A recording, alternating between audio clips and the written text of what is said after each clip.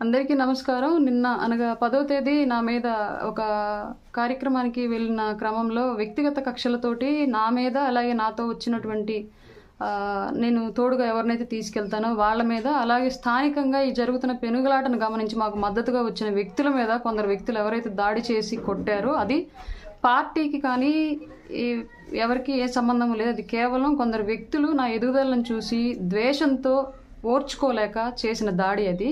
దానికి సంబంధించి పార్టీ నాకు 100% అండదండలు అందిస్తుంది, లీగల్ సపోర్ట్ కూడా అందిస్తుంది. దీనికి ముందు నేను న్యాయ పోరాటం చేస్తాను ముందు. ఈ విషయాన్ని కప్పిపుచ్చడానికి ఎవరైతే నా మీద దాడి చేశారో వాళ్ళు, అలాగే వాళ్ళ మద్దతుదారులు నేను పార్టీ మారుతున్నాను అందుకే ఇలా చేశాను అని చెప్పేసి ప్రచారం చేస్తూ ఉన్నారంటే స్థానికంగా ఒంగోలులో కానివ్వండి, జిల్లా స్థాయిలో కానివ్వండి. రాయపాటి అరుణ అనే అమ్మాయి బ్రతికున్న రోజులు, ఆ అమ్మాయి రాజకీయాల్లో ఉన్నన్ని రోజులు పవన్ కళ్యాణ్ గారు వెంటే ఉంటుంది. జనసేన పార్టీ కోసం మాత్రమే నిలబడిద్ది.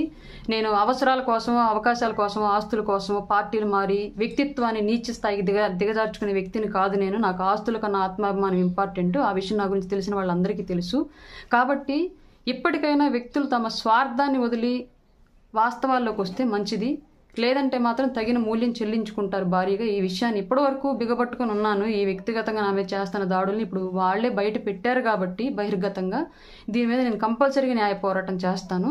నా మీద జరుగుతున్నటువంటి పార్టీ మారతానన్న దుష్ప్రచారాన్ని తీవ్రంగా ఖండిస్తున్నాను నేను 100%. ఎట్టి పరిస్థితుల్లోనూ నాకు ఊపిరి ఉన్నంత వరకు పవన్ కళ్యాణ్ గారిని వదిలిపెట్టే ఉద్దేశం కానివ్వండి, ఆయనకి ఆయన పార్టీకి కోవర్టు కింద వ్యవహరించి ఆస్తులు స్వలాభం చూసుకుంటూ ఆయన పార్టీని గ్రౌండ్లో ఎదగకుండా నాశనం చేసే ఆలోచనలు కానీ రాయపాటి అరుణ దగ్గర లేవు.